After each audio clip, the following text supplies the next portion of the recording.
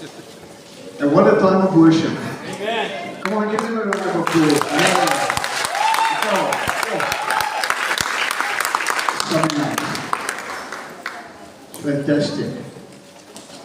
Hallelujah. You see, when we worship, it's a proclamation. And Gregory was right, eh? Worship, worship is just not songs that we sing. You need to understand that. You portraying something, you saying something when you worship. And the more expressive you become in your worship, the more you're actually communicating how much this God that we serve means to you. Yeah. So that's why I use every part of my being to worship the Lord. And I always think to myself, I'm just going to use up all my energy. I can sleep this afternoon.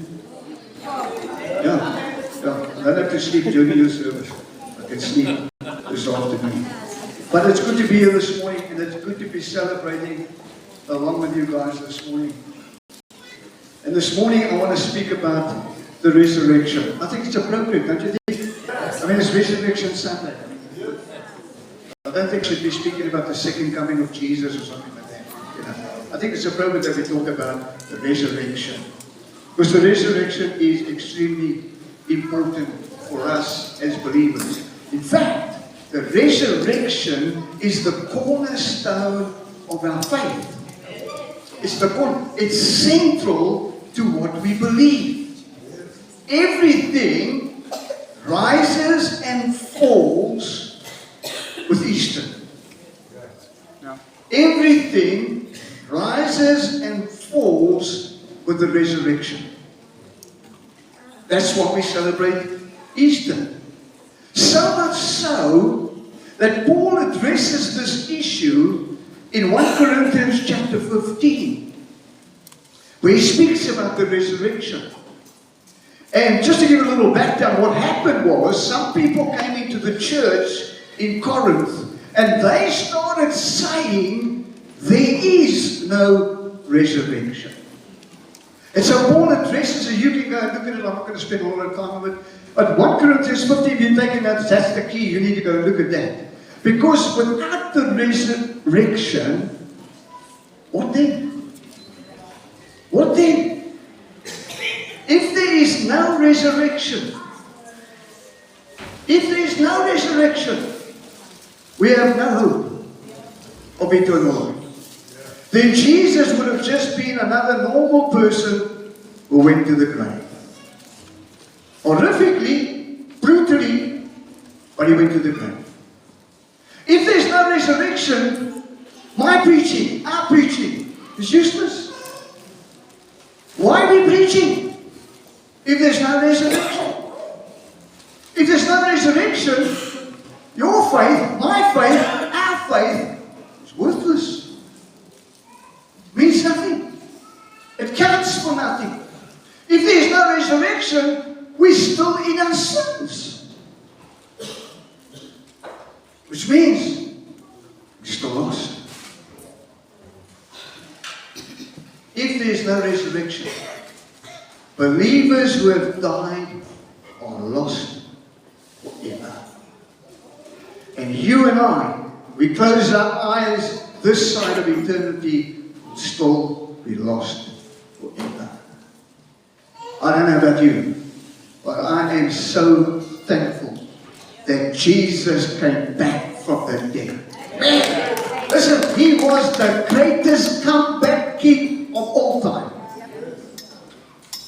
He came back when nobody thought he would come back. But you see, Jesus did rise from the dead. He did. We can say that emphatically. We can say that without a shadow of a doubt, that Jesus came back from the dead. Why? Because we have eyewitnesses account that testify to the resurrection of Jesus. Eyewitnesses account.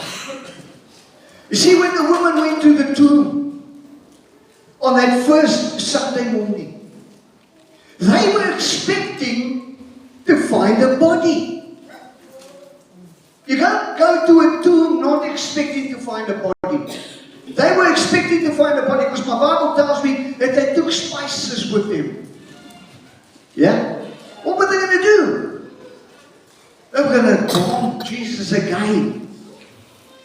Maybe they forgot that there was a fellow by the name of Joseph of Arimathea who took a risk after Jesus died. And he went to Pilate. And he asked Pilate, can I have the body of Jesus? And he took Jesus' body and he laid it in a tomb. And it's interesting to note that there was a fellow that came to help him. And this fellow brought, the Bible says, 75 pounds. That's a lot of weight. 75 pounds of spices, aloes, and myrrh. And that fellow's name was Nicodemus. And you will remember, Nicodemus was the guy that came to Jesus at night. Because he didn't want anybody to see him. He came to Jesus and said to Jesus, how can I inherit eternal life? And Jesus said to him, you must be born again. That which is born of the flesh is flesh. That which is born of the Spirit is spirit. So you've got to be born again in order to inherit eternal life. But there he was. He went away from that encounter with Jesus and he was troubled. But I'm glad to announce that his presence at the tomb tells me that he had a change of heart. That he came to know Jesus as his Lord and as his Savior. And so they were expecting a body.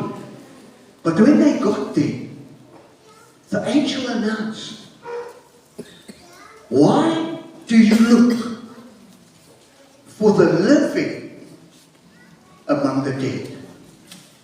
Why are you looking for the living among the dead? You see, they thought he was still dead.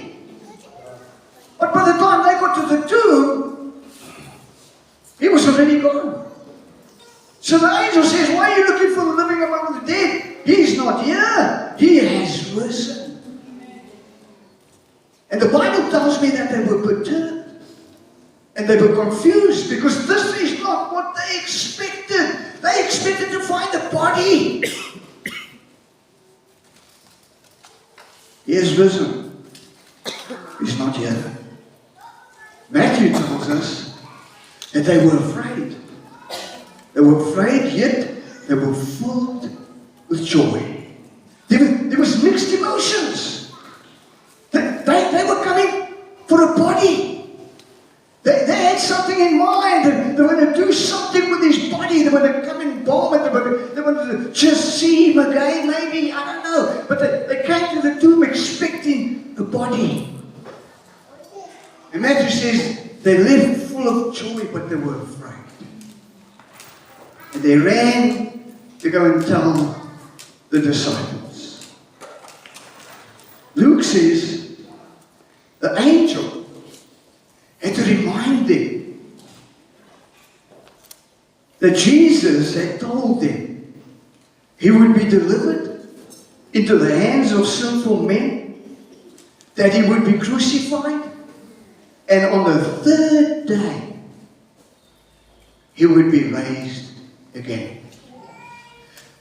It took an angel to remind them, which tells me that they were forgetful.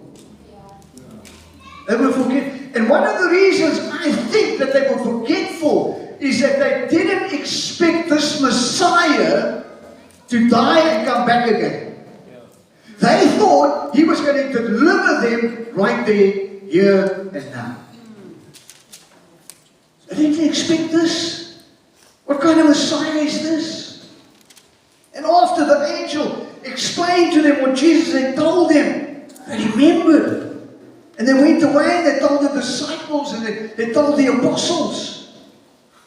But it would appear that many of the disciples didn't believe in the resurrection. Jesus had told them. But they didn't believe.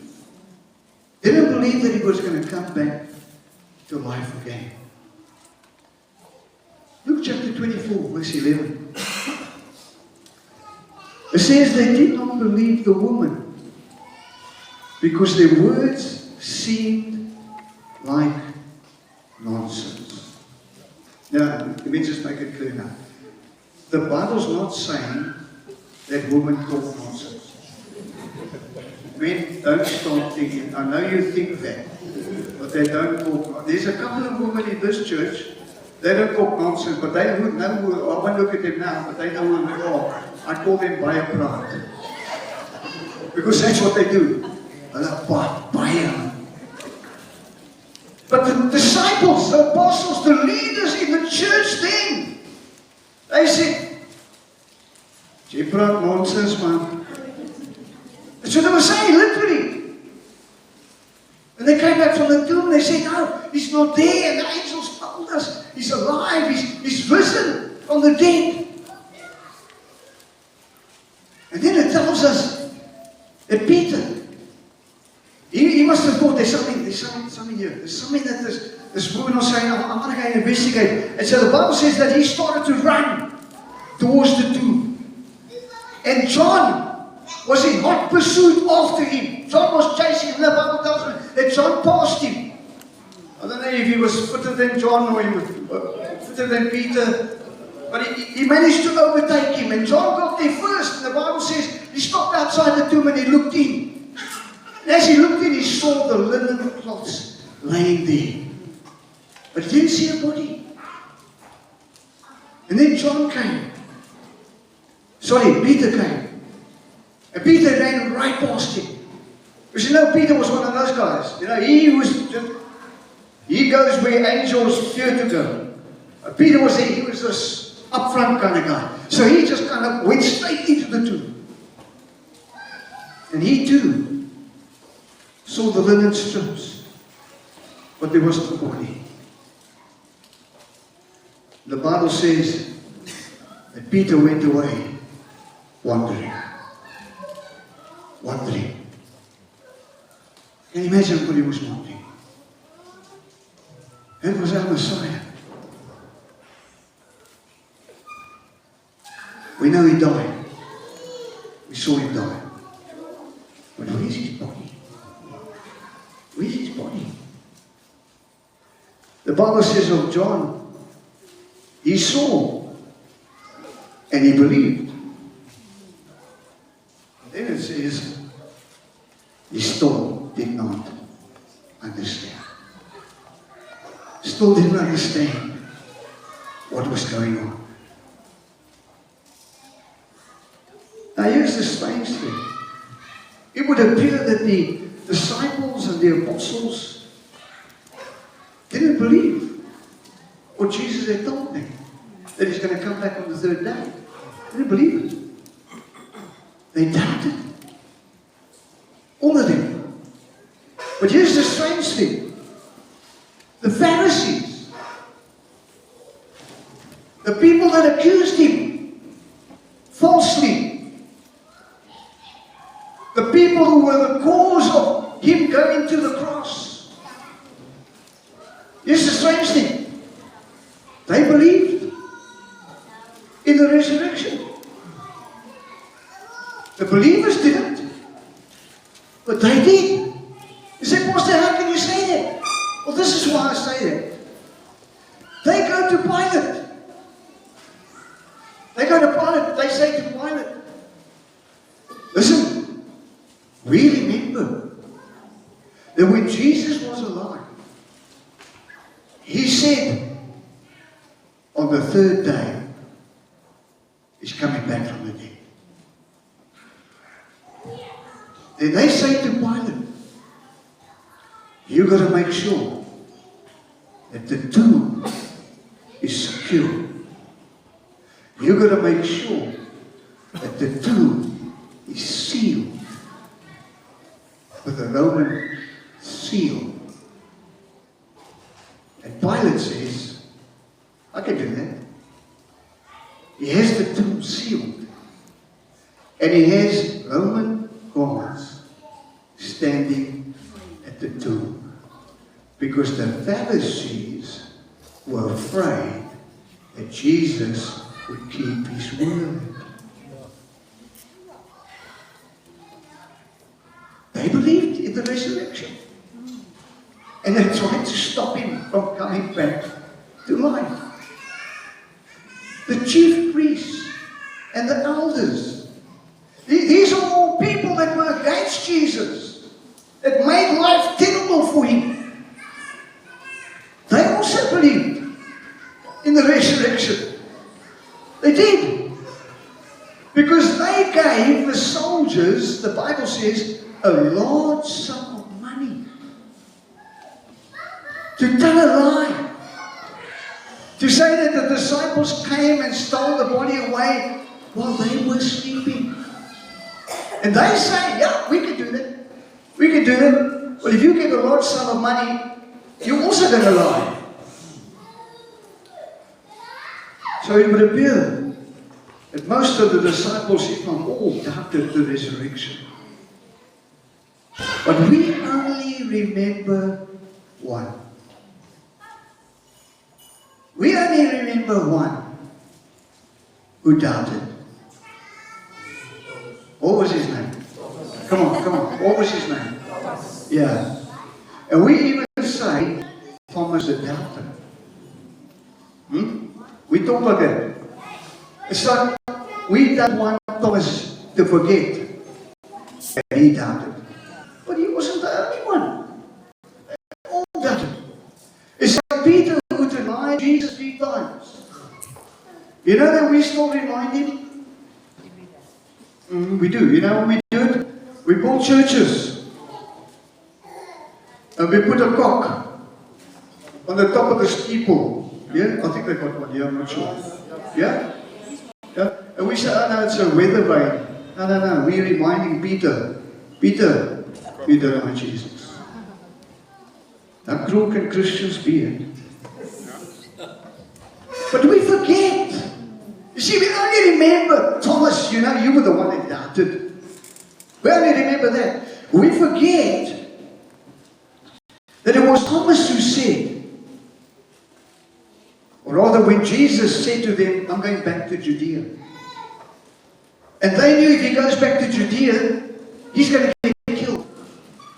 And it was Thomas, believe it or not, it was Thomas who said, let us also go, that we may die with him. Doesn't sound like a fellow that doubts, does it? No. This sounds like a Thomas who was committed to Jesus. You see, for Thomas, Jesus was the one he believed was sent by God. He believed that. Jesus was the one who was going to fix everything. Thomas believed that. He was the one for whom Thomas would lay down his life. Instead, Thomas ended up watching the man who he followed, the one who he put all his hope in, die a horrific death. He was there when Jesus went to the cross. Thomas was also there in that room that night when the woman came to tell them that the tomb was empty. Thomas was there. All the apostles were, all the disciples were there. Thomas was one of them. So when the woman came back, he heard it. He heard, there's nobody there. The tomb is empty. We don't know where they put his body. So he doubted then already, along with all the others. He wasn't in the room the first time the resurrected Jesus appeared to them. Perhaps he was away doing some chore, some errand. Maybe he went out on at that particular moment in time when Jesus appeared. The resurrected Christ comes into the room. The doors are all locked, and he just appears. And he says, peace be unto you. He wasn't there the first time. He could have been out. Maybe he went to go buy supplies for them. I don't know. Maybe he was even walking the streets because he was trying to make sense of everything. The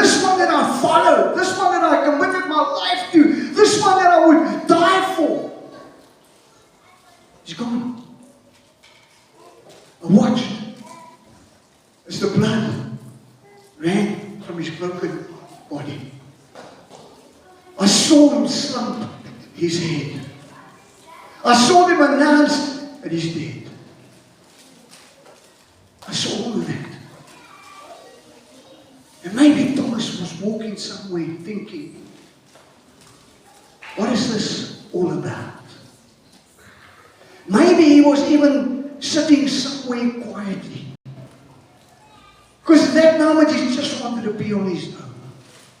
He didn't feel like communicating with anybody. He just wanted to compute. What is all this? Trying to make sense of it. Maybe he was sitting somewhere in a fog of grief. Because grief does that to you. Grief causes you to say, you know what, I don't want anybody around me now. I just want to be on my own. I just want to work this all out. This was a loved one that I've just lost. But he wasn't there the first time Jesus appeared. And when he finally gets back to the room, the disciples are all there. And there's something different about them. And they're all excited. And they say to him, we have seen the Lord. Can you imagine what Thomas is going through?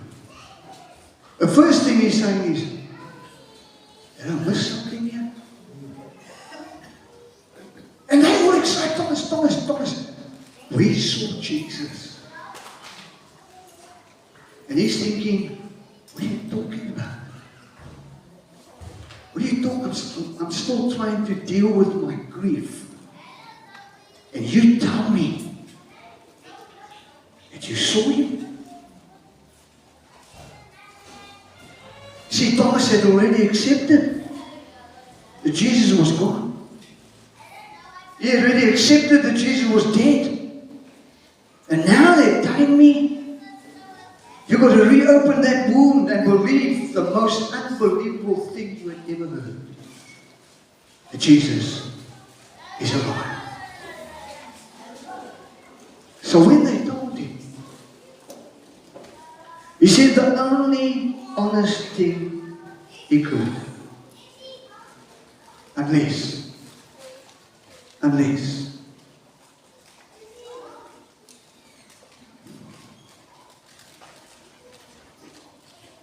I see the nail marks in his hands, and put my finger where the nails were, and put my hand into his side, I will not believe it.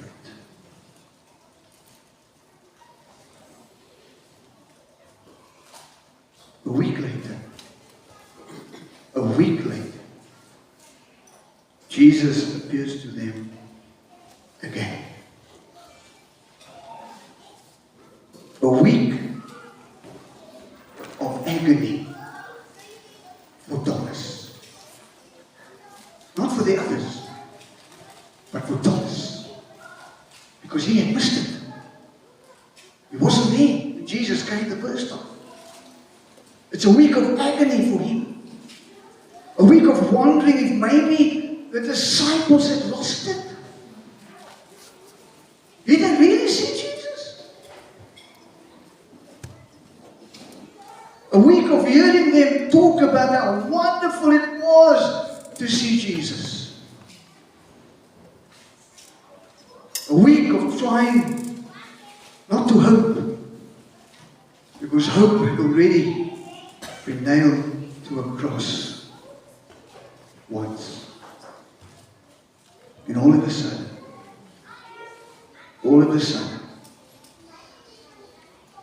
he's there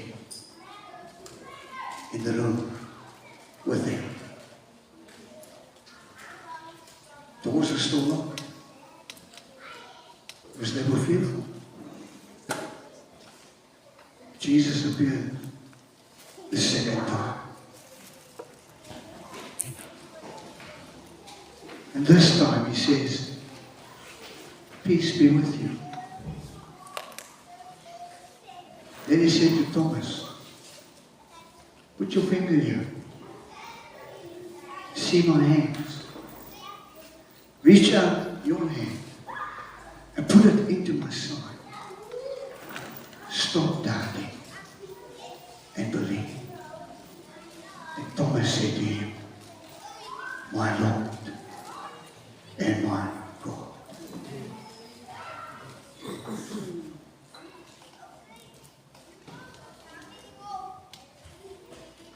You see, I don't think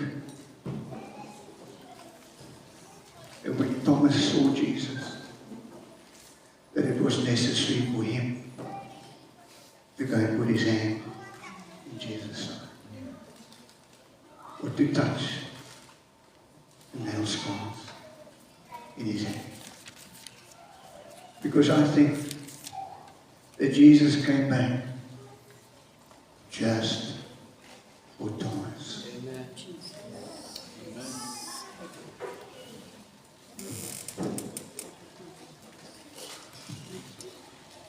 You see, it's interesting to note that Jesus uses the same wording as Thomas, which tells me that at that very moment, Thomas realized that Jesus had heard what he said. Thomas realized that Jesus knew exactly what he was struggling with. Thomas realized that Jesus knew exactly what he needed. See, Jesus came back for someone else once. His name was Peter. Peter denied him 3 times. And Jesus came back just Peter. On this occasion, he came back just with Thomas. What a great God we serve. Only words he could say was, my Lord and my God. But you see, the beauty of this account is that even though Thomas doubted, Jesus still came back for him. He didn't scold him. He didn't lecture him. He just walked into the room, looked Thomas in the eye, and showed him his wounds. So if you ever feel bad because you have questions, maybe you even doubt the resurrection. Lots of people try to dispute the resurrection today.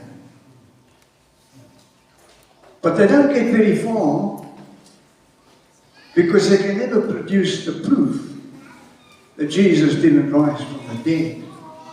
Because they can never show his body because it's not there any longer. Maybe you don't know this, but Muhammad is buried. I think it's in Mecca. I think it's in Mecca. And there's a shrine there. And millions of Muslims go on pilgrimage there. As Christians, we don't have a place to go to. We don't have a place to make a pilgrimage to.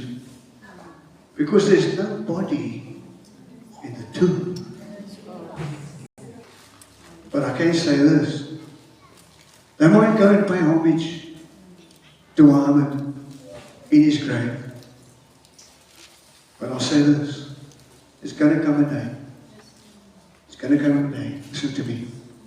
It's going to come a day when every eye will see him. And every knee will bow. Sorry, Muhammad, you're going to have to bow. Every knee will bow and every tongue will confess that Jesus Christ is Lord. Come on, somebody. Hallelujah.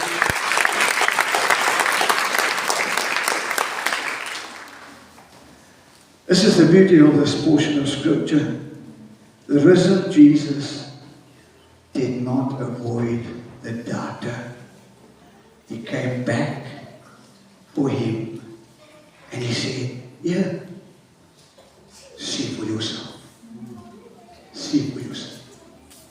So the resurrection, man, if I can get you to understand it, without the resurrection, we might as well all go home and enjoy life to its fullest. Eat, drink, and be merry, because tomorrow you die. We don't live our lives like that. Because of the resurrected Lord Jesus Christ, we have something to live for. Yeah. Ooh, you don't sound very convincing. We do. We have something to live for. Come on, let's stand up. Get this one.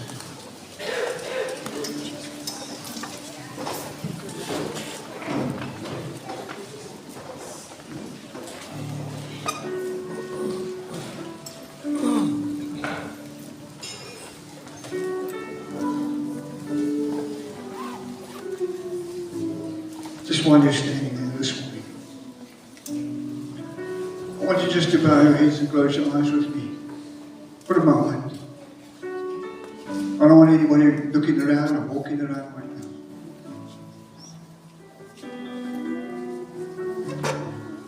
Because I want to make an appeal this morning. I want to give people an opportunity to come to know this risen Savior as your very own personal Savior. Perhaps you came in here this morning. Maybe the attraction was the Easter eggs. I don't know. Or maybe it's a religious thing that you do. On Resurrection Sunday, you make sure that you go to church. And that's great. I'm glad that you did that this morning. But this morning, maybe you came into this place and you don't know Jesus as your personal Savior. Maybe you even doubt. Maybe you even doubt whether there is a God or not. Maybe you even doubt whether the resurrection took place. Whatever your story is, I want you to know this. Good Friday and Easter Sunday is for you. Wonderful Jesus. It's for you. Jesus came so that you could have a relationship with Him. So this morning, if you would just acknowledge that you're a sinner in need of a Savior, and you're prepared to repent of your sin, walk away from your sinful life, and walk towards the Lord Jesus Christ. He can be your personal Savior this morning. So I'm going to pray a prayer this morning. And if that's you and you're saying, yeah, Pastor, that's me. I know I've messed up badly. And I need the Savior to come and change my life. I'm going to pray a prayer. I'm going to ask you to pray that prayer with me. In fact, I'm going to ask the whole congregation to pray that prayer. We're going to help you this morning. Help you to come to know Jesus as your personal Savior. So I want you to say after me, Father, I come. In Jesus' name. I'm a sinner in need of a Savior. Father, I repent of all my evil deeds. I ask you to forgive me. And I pray that right now, right now, Jesus would come Jesus would come and be my Savior. and be my Savior. And Lord, I thank you. Lord, I thank you. Thank you for your sacrifice Thank you for your on sacrifice the cross of Calvary. cross of Calvary. Thank you that your Son, Thank you for Jesus, Jesus rose from the dead rose from the dead for me. for me. Amen. Amen. Father, we thank you for your goodness towards us. We thank you for this time that we could spend in your presence. We thank you for ministering to us through worship songs, through Yes. dance and through ministry, Lord. Yes, Jesus. Pray, God, that your blessing would rest upon us as we leave this place this morning. I pray for everyone that prayed that prayer with sincerity this morning, Jesus. that you would do a deep work in their hearts, Yes, Lord. that they would know that you're the Savior of the world, Yes, Lord. but you have just become their personal Savior. Hallelujah. And so, Lord, I pray that you would part us with your blessing. Yes, Lord. May the love of God our Father, the grace of our Lord Jesus Christ, and the fellowship of Holy Spirit be our portion. In Jesus' name. Yes, Lord. And all God's people say, Amen. Amen. Amen. If you prayed that prayer this morning, and you're serious about your commitment to the Lord, I have a little booklet in the pulpit here. It's a booklet that's going to help you in your walk with Jesus. Just come up front here, take a booklet. It'll just help you as you read through it, make you understand what it is that you've just done. God bless you. There is tea and there's coffee and there's something to eat. We made it on this morning. So please stay a while, have something to eat, have something to drink. God bless you. Have a super resurrection Sunday.